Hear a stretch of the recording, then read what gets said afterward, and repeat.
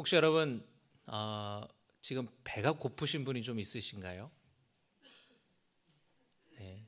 다 아침을 드시고 오셨습니까? 아니라고 하신 분 왜 아까 손을 안 드셨어요? 배가 고프실 것 같은데. 아침을 안 드시고 오셨으면 좀 많이 배가 고프실 것 같습니다. 이 배고픈 거를 참는 게 여러분 좀 어떠신 것 같으세요? 좀 쉽나요? 아니면 어렵나요? 네, 어렵죠. 쉬우면 여러분 다 날씬하겠죠. 네, 어려우니까 지금 우리의 모습이 이 모양 이 꼴 아니겠습니까? 배고픈 걸 참는 거는 참 힘듭니다. 한 끼를 굶으면 굉장히 사람이 예민해져요. 그러니까 여러분 막 어떤 사람이 예민해하고 좀 짜증을 낸다 그러면은 데리고 이제 밥 먹으러 가자고. 사순절 기간 동안에 일주일에 한 끼를 우리가 금식하고 그 한 끼 식사비를 구제연금으로 드릴 것을 안내를 해드렸는데 제가 생각해 보니까 이 한 끼 구제연금을 하는 것보다 한 끼 금식하는 게 더 어렵겠다. 그럴 수도 있겠다 생각이 듭니다. 예를 들면 여러분 저녁을 금식한다고 하면 혹시 이런 분은 없으시겠죠?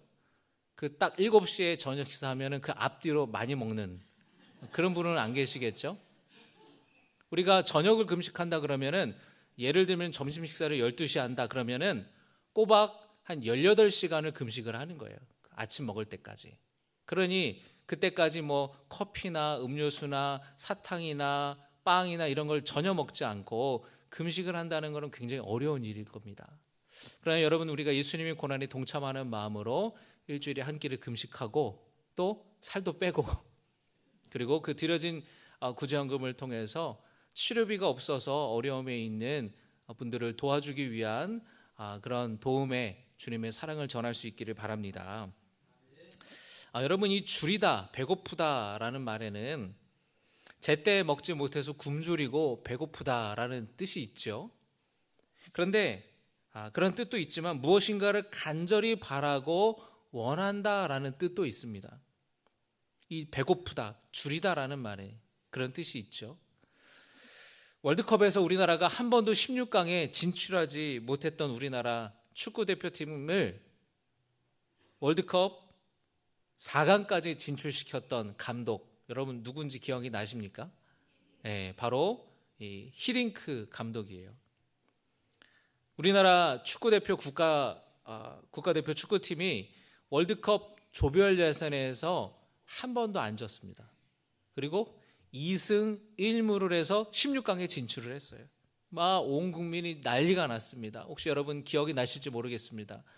제가 신학교 다닐 때 이제 감리교 신학대학교가 서울 서대문역에 있거든요. 근데 광화문역까지 전철 한 정거장이에요. 그래서 제가 오후 수업을 마치고 걸어서 이렇게 한 20분이면 가니까 걸어서 광화문 가가지고 먼저 수업을 도망치고 낮부터 응원하고 있었던 친구들과 함께 만났습니다. 저는 수업을 도망치지 않았어요.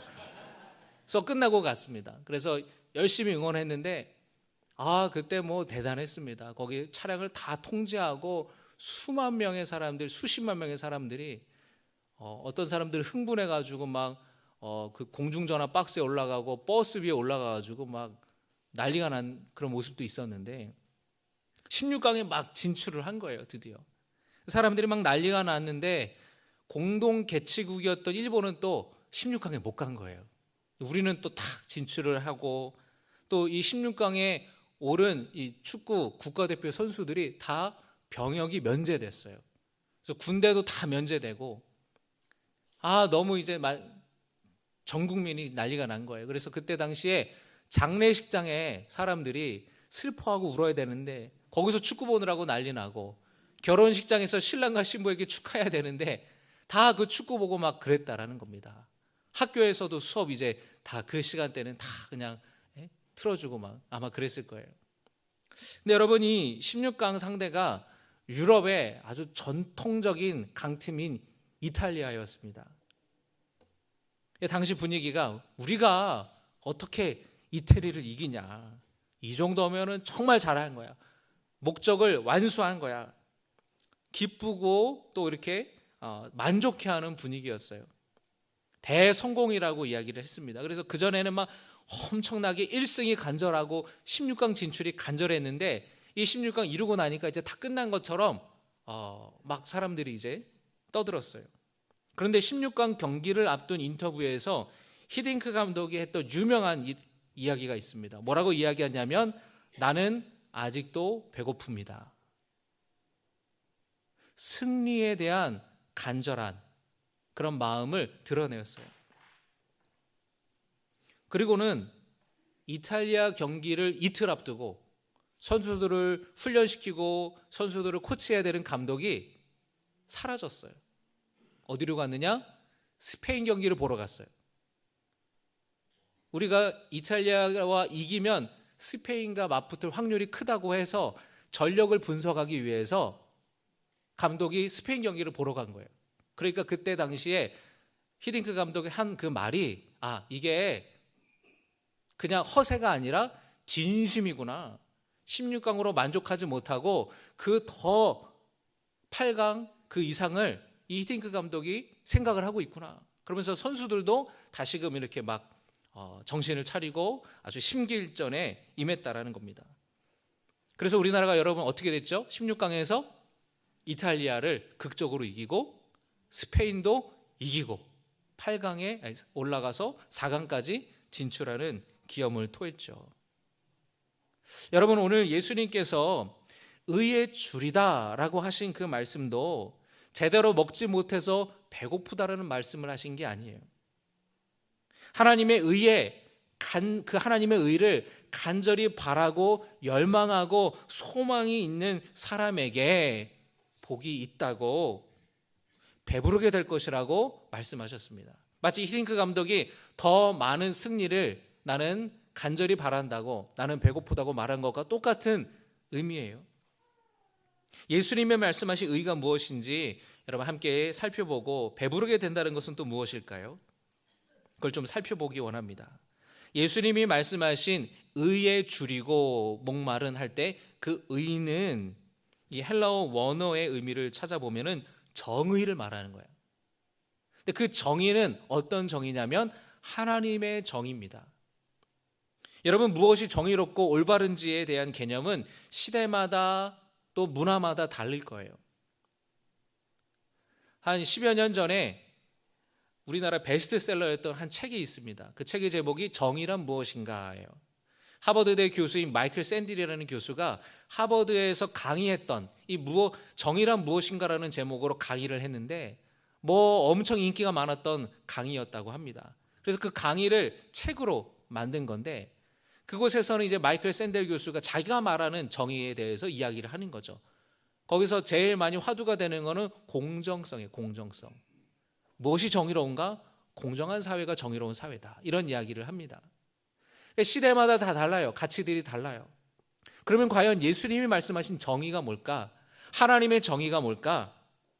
그것은 관계의 회복을 말하는 것입니다. 한마디로 말하면 샬롬이에요. 한번 여러분 같이 따라해 주시겠습니까? 하나님의 정의는 관계가 회복되는 것이다. 그것이 샬롬이라는 겁니다. 하나님의 정의는 관계가 회복되는 것이에요. 그게 정의로운 사회라는 거예요. 첫째로 그 관계의 회복은 사람과 사람 사이의 관계가 회복되는 것입니다. 사람과 사람 사이에 여러분 언제나 좋기만 하진 않죠. 서로 죽고 못 살아서 결혼했지만 죽일 듯이 싸우는 게 또 부부 생활이잖아요. 사람 사이에 다퉈요. 친구도 다투고 부모도 다투고 사회생활하면서 다투기도 하고. 근데 작게는 개인과 개인 간의 다툼이겠지만 이 개인이 모인 집단과 집단의 다툼으로 이어지기도 합니다. 세대 간의 갈등 또는 남녀 간의 갈등, 또 우리 시대에 지금은 가장 큰 갈등이 뭡니까? 정치적인 신념이 다른 사람들끼리의 서로 갈등, 이 사회적인 갈등, 이런 갈등들이 일어나요. 그리고 그 사람과 사이의 그 집단이 더 커져서 한 국가와 국가 간의 갈등으로 빚어지기도 합니다.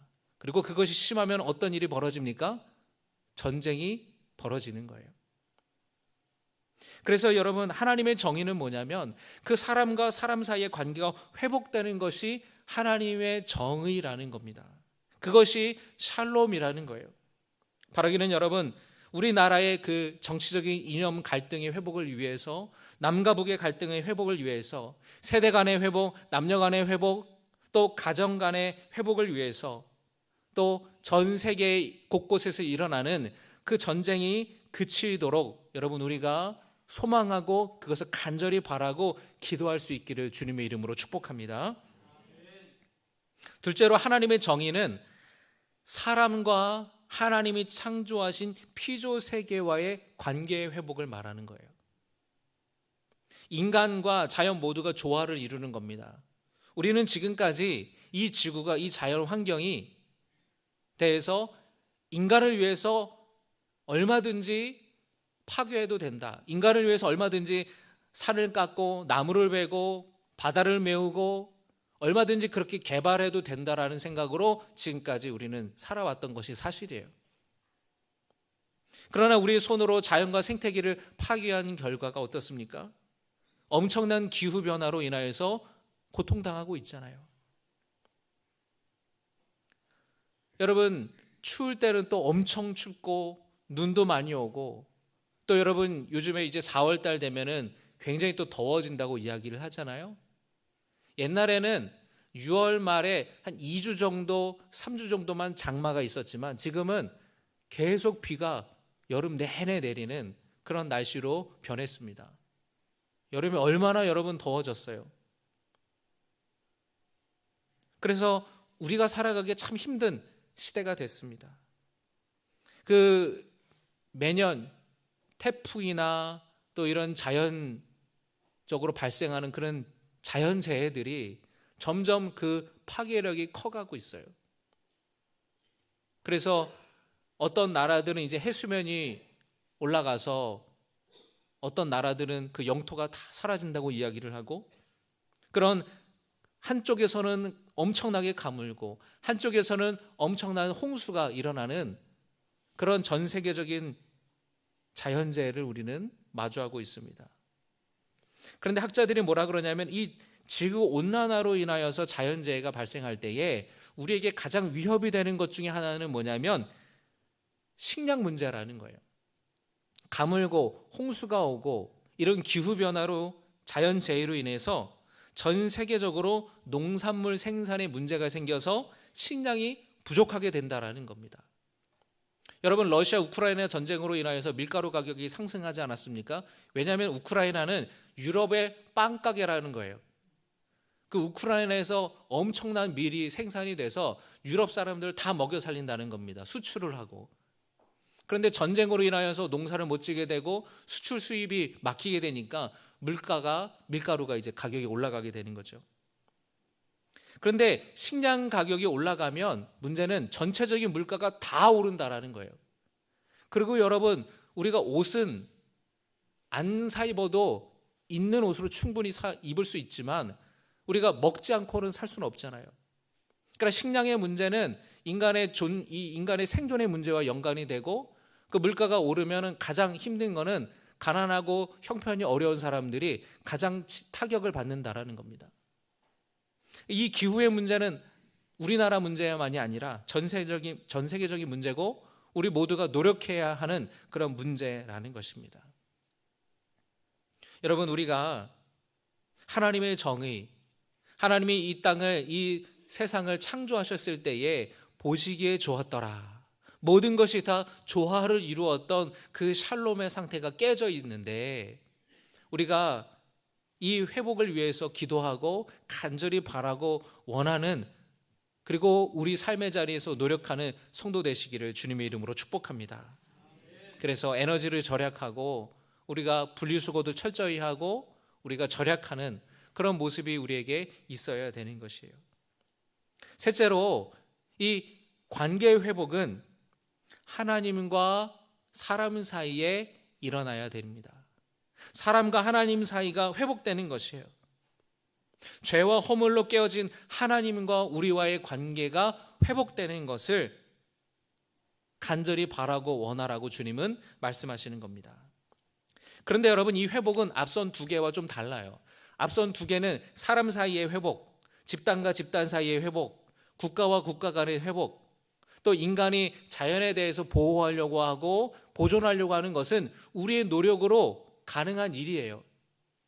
사람 사이에 다투더라도 좀 양보하고 좀 희생하면은 화해가 일어나지만 하나님과 우리와의 깨어진 관계는 우리의 노력으로는 회복할 수가 없는 겁니다.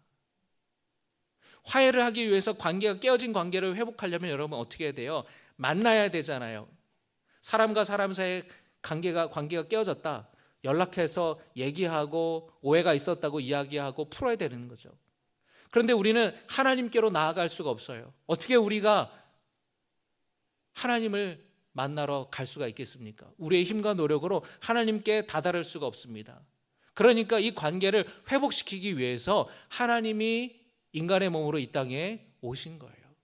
하나님이 먼저 우리를 사랑하셔서 하나님이 이 땅에 내려오셔서 우리의 죄를 다, 우리의 허물을 다 짊어지시고 주님께서 십자가에 피 흘리셔서 우리의 모든 죄를 회복시켜 주신 것입니다.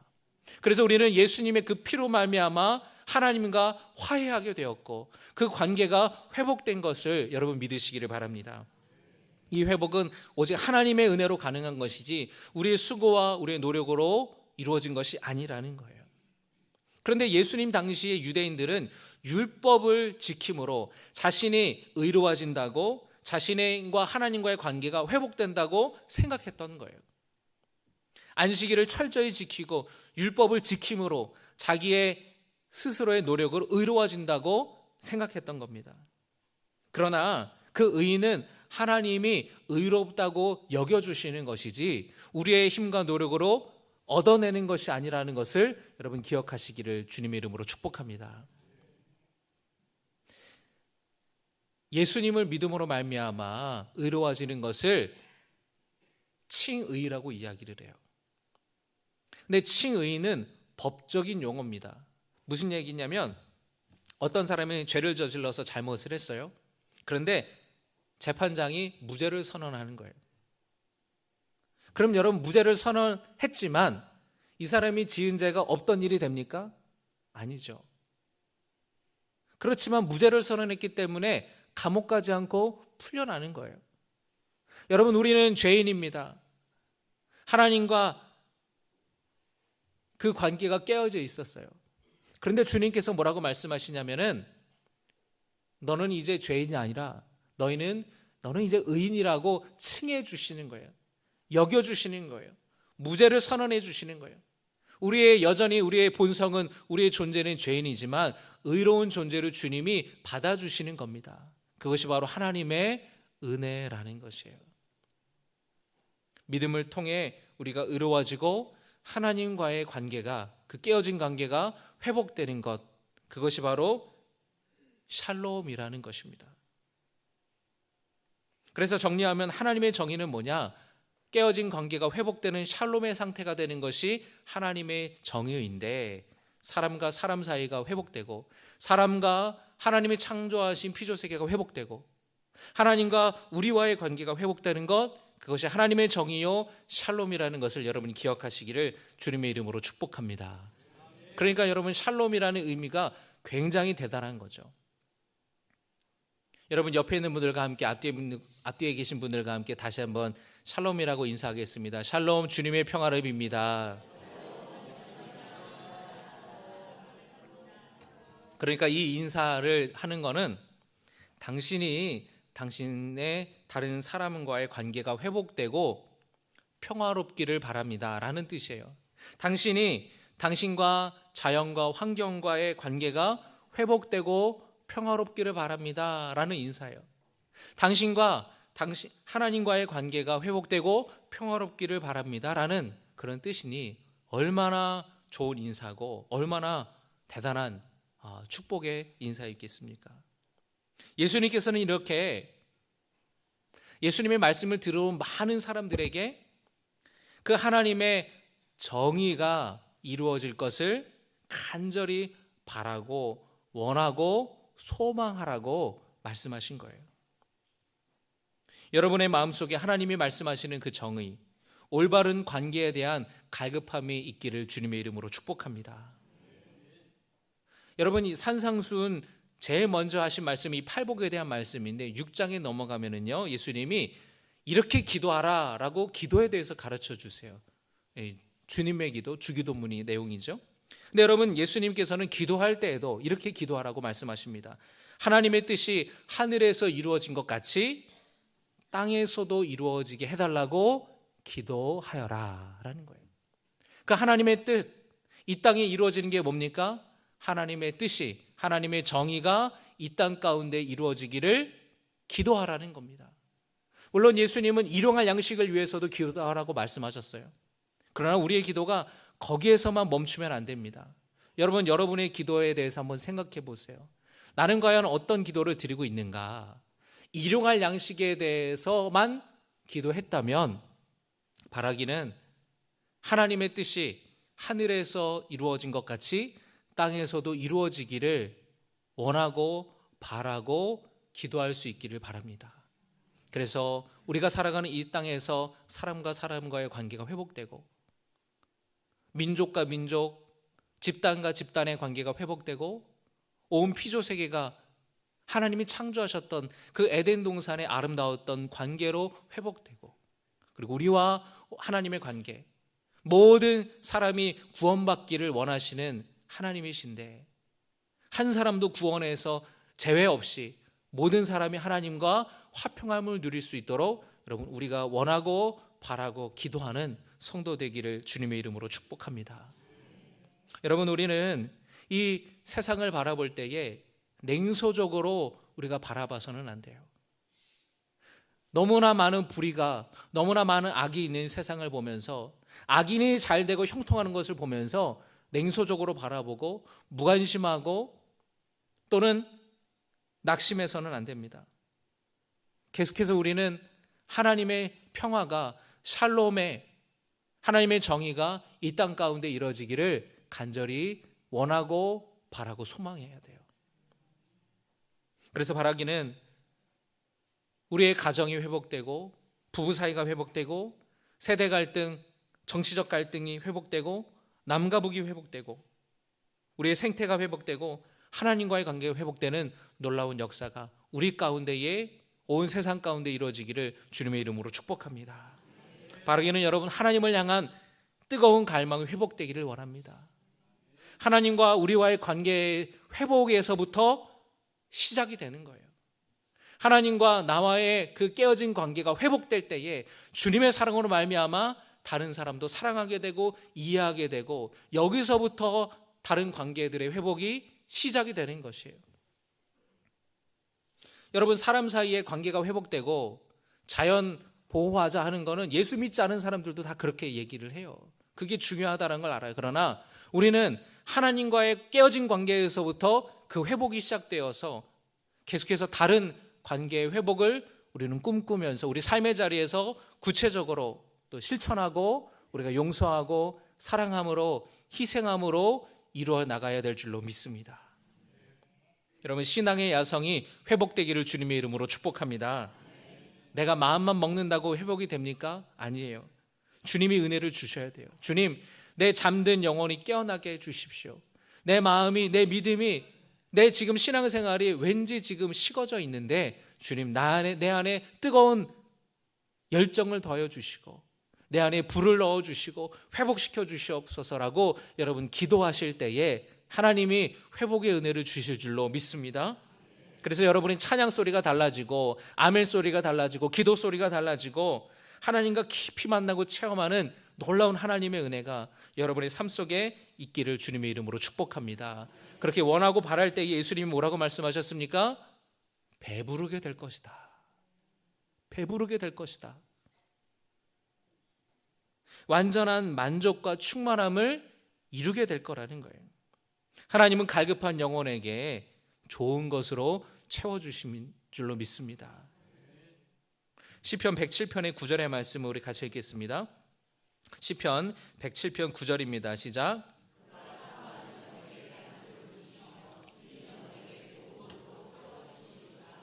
그가 하나님께서 사모하는 영혼에게 만족을 주시며 줄인 영혼에게 좋은 것으로 채워주신다 그랬어요. 여러분, 하나님께 소망을 두며 사모할 때에 하나님이 좋은 것으로 채워주시고 만족해 주신다고 약속하셨습니다. 여러분, 하나님께 간절히 기도하여서 하나님이 주시는 놀라운 은혜를 받으시기를 주님의 이름으로 축복합니다. 그런데 여러분, 우리가 이 땅에서도 하나님의 놀라운 돌보심과 평안을 경험하게 되지만 하나님의 은혜는 거기서 그치는 것이 아니에요. 하나님께서는 하나님 나라에서 완전한 만족과 충만한 복을 주신다고 약속하셨습니다. 예수님이 말씀하신 배부르게 될 것이다라는 뜻의 바로 그런 의미예요. 주님께 간절히 나아가는 사람은 주님이 만족함을 주시고 채워주시는데, 그것이 이 땅에서뿐만이 아니라 장차 우리가 하나님 나라에 가게 될 때에 하나님께서 영원한 기쁨과 만족과 충만한 은혜를 우리에게 약속하셨다라는 거예요. 거기에 소망을 두며 우리가 살아가자라는 거예요. 여러분, 예수님이 이 말씀을 들었을 때에 사람들이 어떤 사람들이었습니까? 이스라엘 사람들 중에서 평범한 이름 없는 사람들이었어요. 우리와 같은 사람들이었다라는 거예요. 고난받고 지치고 세상살이에 힘겨운 사람들이었습니다. 여러분, 예수님 당시에까지 이 팔레스타인 지역은 600년 동안이나 다른 나라의 민족이 지배를 받아왔어요. 유대인들이 바벨론에게 침략을 받아서 3번의 침략을 받아서 BC 586년에 마지막에 완전히 예루살렘이 무너지면서 예수님 시대까지 600년 동안 바벨론에게 지배받고 페르시아에 지배받고 헬라 제국에 지배받고 로마 시대까지 지배를 받아왔던 그런 아픔과 상처가 있는 그 시대를 살아갔던 사람들이에요. 어떤 사람들은 아유, 달라지겠어? 그렇게 간절하게 우리가 기대했는데 메시아는 오지 않았어. 메시아라고 자청했던 사람들 다 로마 제국 군대에 진압돼 가지고 비참하게 죽었어. 이제 우리는 민족은 끝났어. 그렇게 냉소적으로 바라보는 사람들이 있었어요. 삶에 소망이 없이, 이 땅에 소망 없이 낙심한 채 하루하루 살기도 버거운 사람들이 많았어요. 그런 사람에게 그 회복을 꿈꾸는 사람은 복이 있다고, 하나님이 만족함을 주시고 채워주실 거라고 예수님이 복이 있다고 선언하신 거예요. 여러분, 우리에게도 마찬가지 주님이 말씀하시는 겁니다. 하나님의 영원한 나라를 꿈꾸며 소망할 때에 하나님의 은혜가, 하나님이 주시는 영원한 충만한 기쁨이 우리에게 이미 주어져 있음을 믿으시기를 주님의 이름으로 축복합니다. 그 하나님의 정의, 의에 줄이고 목마른 이에게 좋은 것을 채워주시고 하나님께서 충만한 복을 주시기를 주님의 이름으로 축복합니다. 바라기는 여러분, 어떤 사람들은 육신의 것을 추구하고 물질을 추구하고 쾌락을 추구하며 살아가요. 거기에 줄이고 목말라 합니다. 그러나 헛되고 헛된 것을 쫓는 것이 아니라 내 삶의 모든 영역에서 그 샬롬을 원하고 바라고 소망함으로 이 땅에 하나님의 정의가 세워지고 온전한 회복을 이룰 수 있도록 주님의 말씀대로 살아가는 우리 모두가 되기를 소망합니다.